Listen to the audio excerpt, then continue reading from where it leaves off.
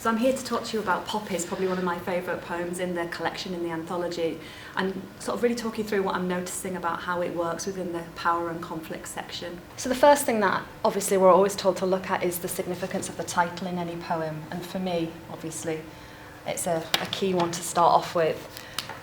Poppies immediately has a connection for me in terms of war, and the immediate connection specifically is about honouring the dead.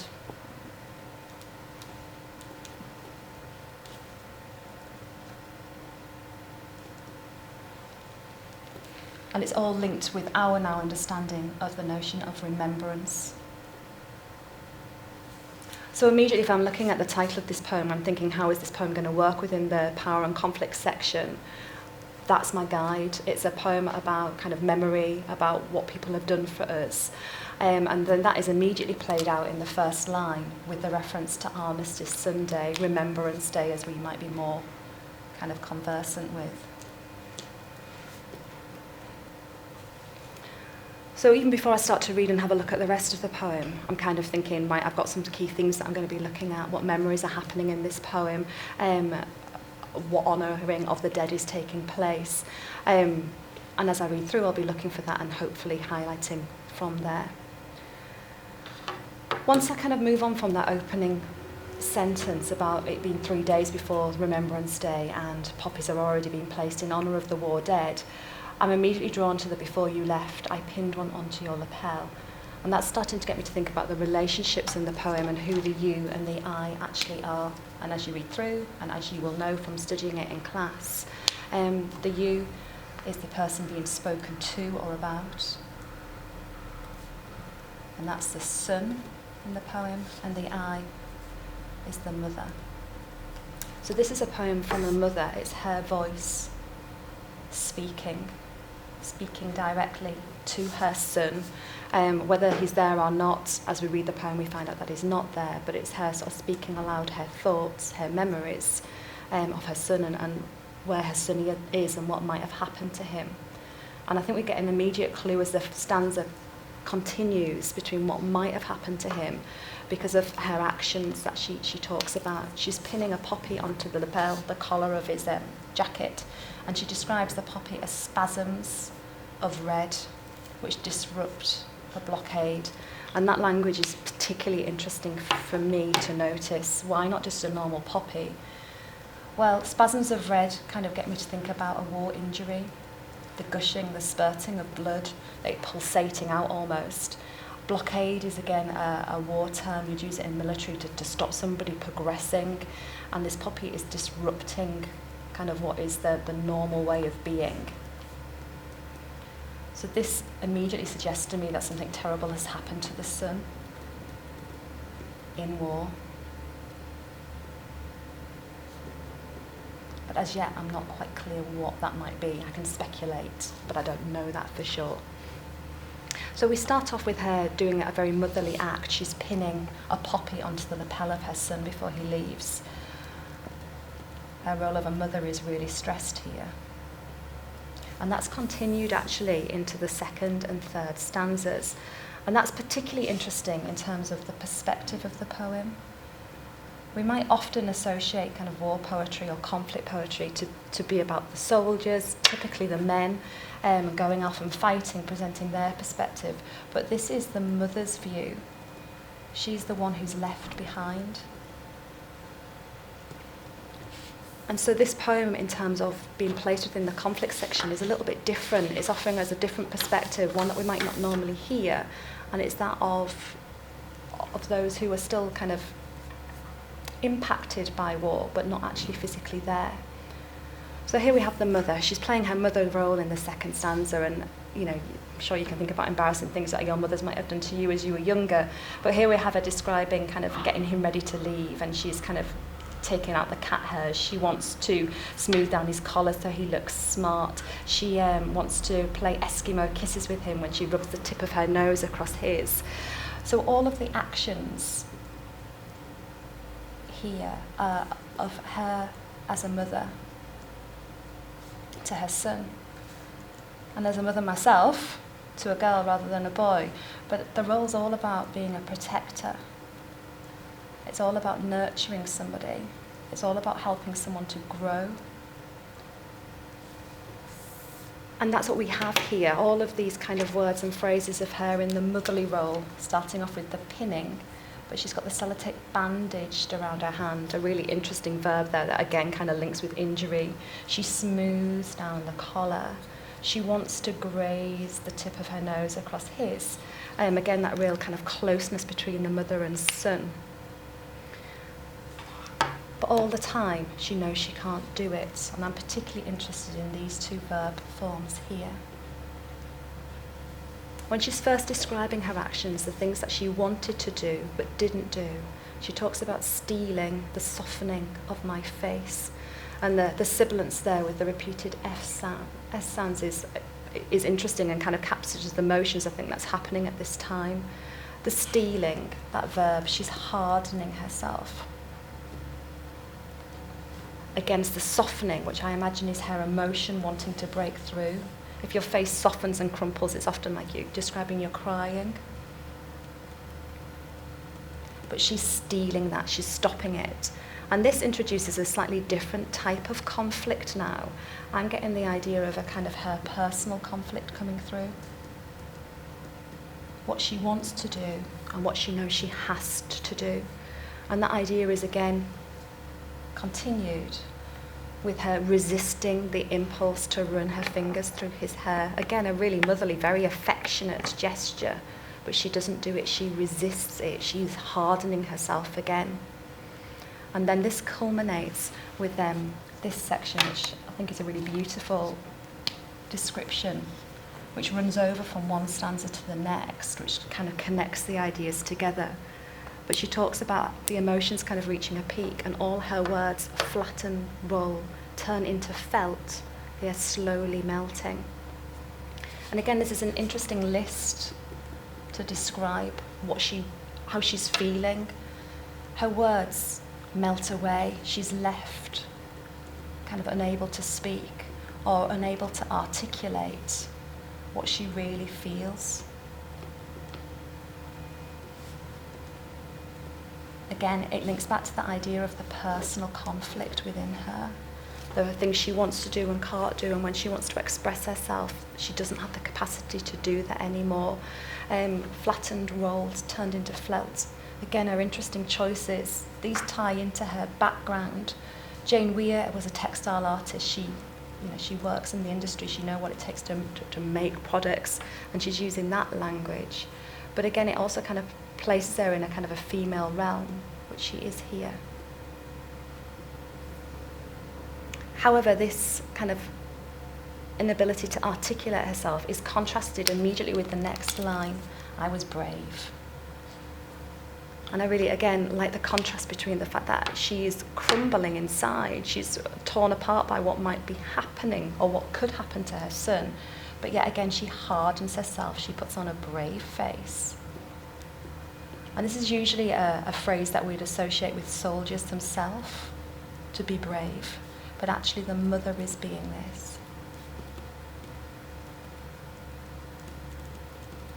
And this perhaps is a bit of a nod to all of those people left behind, her recognising that any mother, any father, any family member in this position has to be brave too.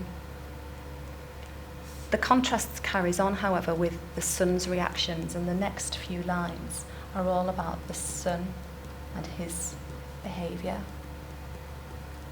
The mother, as we know, is trying still to protect her son, trying to mother her son. Her emotions are threatening to take over, but she manages to control them. The boy, however, he throws the front door open and the world is flowing like a treasure chest. That simile there is really interesting and carries on with the next line, a split second and you were away, intoxicated. This boy is keen, he's eager, the world is on literally his doorstep and everything is there. The potential of what he could become is like a treasure chest full of promise. And he's intoxicated with this idea. And this word might be a slight criticism. If you're intoxicated, you are drunk, you are carried away and not thinking clearly. And perhaps this is the mother's kind of thinking about her son. He's really excited about what could happen. But she's aware that actually perhaps he's not thinking as clearly and not aware of perhaps the full truth of his situation. So the boy has gone, and we're left back with the mother and her actions. The first thing she does is go into his bedroom and metaphorically releases a songbird from its cage. And obviously I suspect that she wasn't keeping one in there. But this is kind of a metaphor for the position as a mother that she's been in. The songbird, if we think that's her son, full of life, full of joy, full of energy, she has let her son go into the wider world and whatever that might present him. And then we have a passage of time. We're not quite sure how long. We just get told later.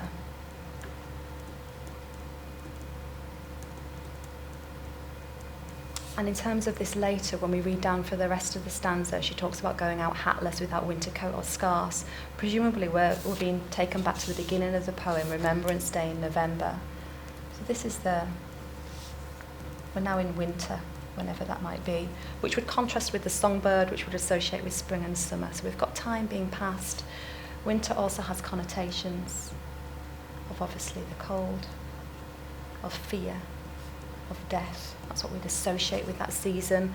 And so again, if we go back to our first stanza and we think something has happened to the sun, perhaps the kind of time setting of the poem is giving us a bit of a hint of what that might be. Reflect, we want war to end, we would want peace.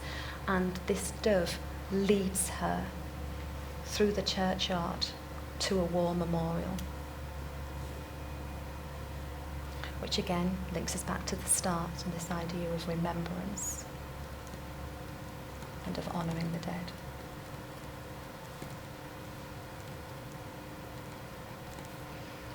So I'm going to come back to that idea in a second, but between there, I notice again something which talks about her emotions. I'm going to put that in pink because it matches with my pink annotations before.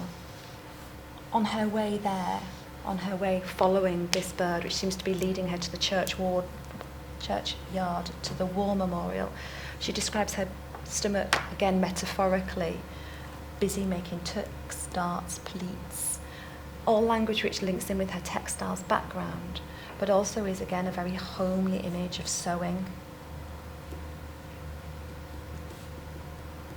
of something moving in and out of material, something that a mother might do, sewing school labels onto her children's clothes, for example. But here it's describing her stomach, and I think this homely image linked in with the stomach kind of shows her anxiety and her turmoil. Her stomach is making flips and leaps, tucks and darts.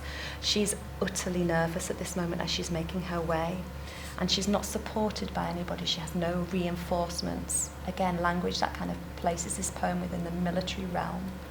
She's utterly alone. So the final stanza, again 6 lines mirroring the opening, takes her to a destination, and that destination is the war memorial. And she describes herself leaning against it like a wishbone. Again, another really interesting simile. What is she wishing for?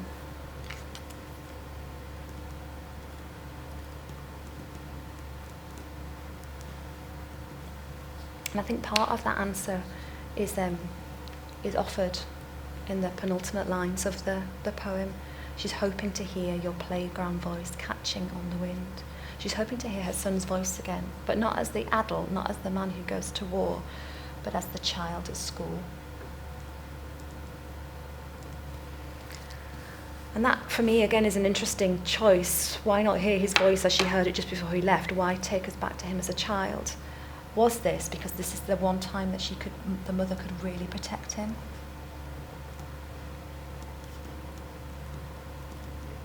Does she want to go back to that time when she knows that she can keep him safe, perhaps? And whilst this doesn't necessarily answer what's happened to the son, it would suggest that, why wish to hear his voice? Why wish to have him back at that time? Has he died? Has he been killed in action? Perhaps he has. And that's why she wishes to turn back time to that moment where she could truly keep him safe. However, you know, he might not have been killed, he might just be at war, still fighting, but she's still incredibly worried about where he is. And what I'm interested in here is the fact that she talks about going up to the war memorial and she traces the inscriptions, so her fingers run along the names of the soldiers that are there.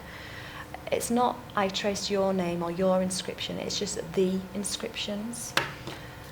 So perhaps that means that her son hasn't been killed, but yet she's still worried about him and she's still remembering.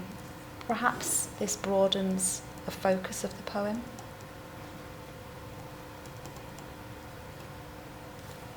She is kind of recognising, is acknowledging that she is one of many mothers who have been left alone. And perhaps that's her connecting with other women, other fathers, other family members in exactly the same situation as her. So whilst we don't know fully what has happened to the son, either way in terms of this being a conflict poem, if he has died and he has been killed in action, this is a very personal story of love and of grief. If he hasn't been killed and we're thinking actually this is just kind of her recognising many people in her situation, then this poem becomes a poem with wider concerns about the scale of love and of loss across the country, because in every town, every city, every village, there are war memorials with the names of the war dead who we remember. So finally, when looking at this poem, I want to kind of address context and how that might inform our reading just a little bit more. I've mentioned previously about how some of the language, like flat and roll, turned into felt, the tucks, the darts, the pleats, place this poem within kind of Weir's experience as a textile artist. However, I think what is more important about this poem in terms of the context was the fact that Jane Weir was asked to write this. She was asked to write this for a collection of poems called Exit Wounds. She wrote this at a time when the country was at war with Iraq and then later with Afghanistan. And Weir was approached by another poet, Carol Ann Duffy, to write a piece which might capture, she talked about it bearing witness to the impact of war. And I think this is exactly what this poem does, but it does it from a perspective that we wouldn't necessarily normally get, to take us back to the start. This poem doesn't bear witness to a soldier's experience. This poem bears witness to a mother's experience. And actually war, conflict, is brought home.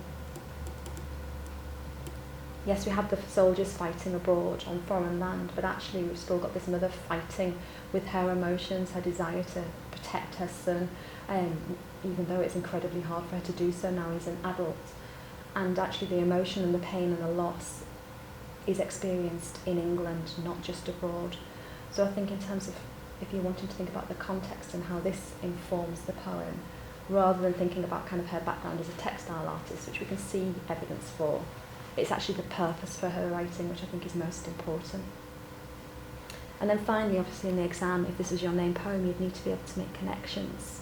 There are going to be other videos on the other poems and you can revise these as well.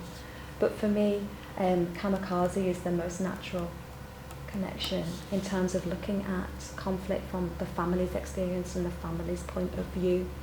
And I think that would provide a really nice kind of discussion as to the notion of memory and of honouring people. And so that would be my top tip to connect it with.